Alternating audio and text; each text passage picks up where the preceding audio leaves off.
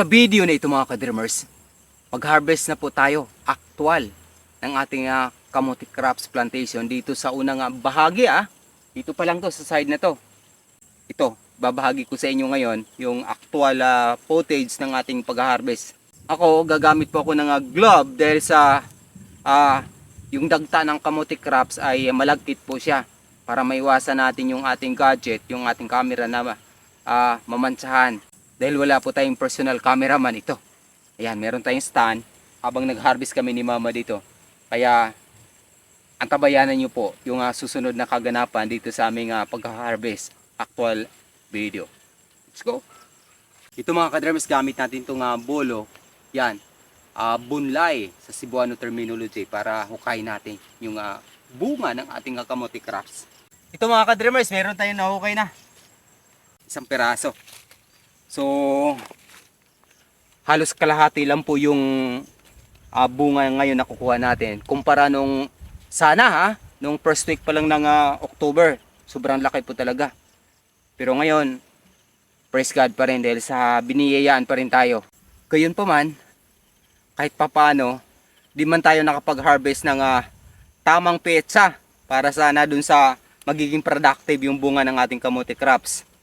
Ang pangunahing layunin naman natin sa ating kamote crops ay yung kamote leaves, yung talbos para sa ating prophetic vision. Pero para mapakinabangan po natin yung bunga ay ito. Hindi man tayo biniyayaan nitong maayos na bunga ngayon. Ang mahalaga, yung talbos ay may proseso natin ng maayos sa hinaharap ayon dun sa ating prophetic vision at may bahagi sa pangkalahatan. At yung mga talbos nito mga ka-dreamers, maaari din nating i-market susunod para makabawi tayo doon sa ating hirap talaga.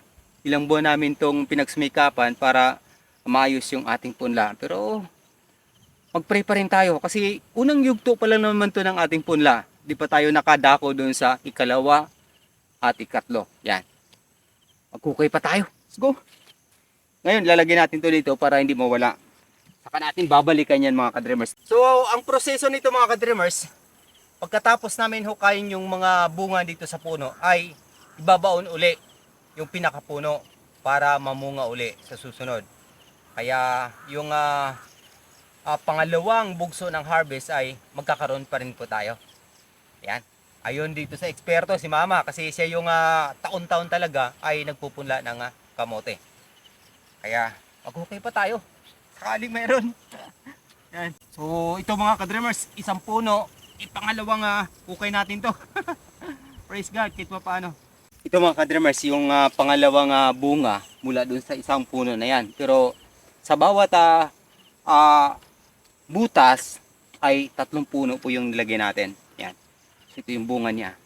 Kakaiba yung kamote crops nito mga ka-dreamers dahil sa yung gapang niya ay wala po siyang bunga. Ito nga yung green, yung variety ng ating kamote crops. Pupuntahan pa natin, baka mayroon pa uli. Let's go.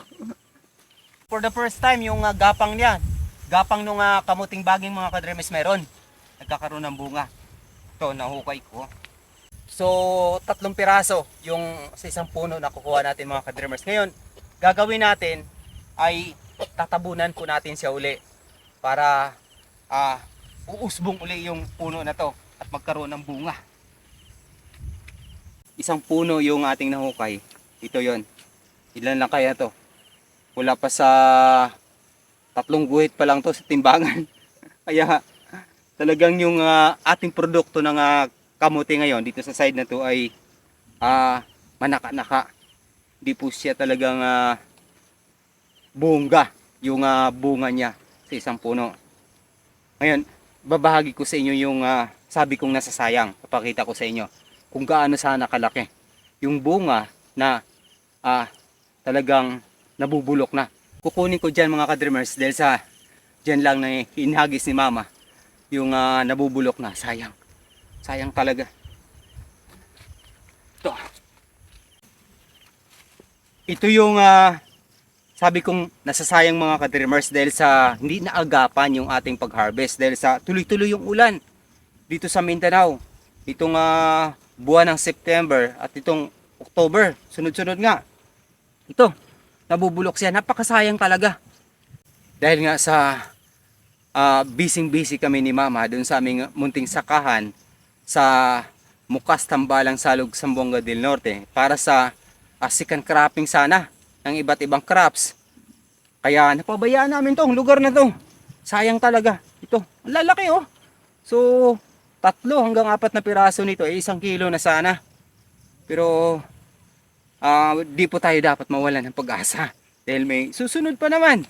May susunod na harvest pa. Kaya ito, lalagay ko na muna dyan sa gilid dahil sa di na talaga mapakinabangan. Kaya tulungan niyo po kami pag-pray na sana susunod ay magkakaroon pa din kami ng maayos na harvest. Dahil sa talagang sa isang puno, ito lang yung bunga na kukuha natin sa dagal. Pero mayroon namang ibang puno na mas marami. Maraming talagang nakukuha namin.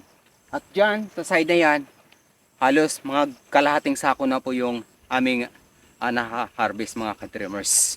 Ito yung kasalukuyang na-harvest na namin mga ka-dreamers.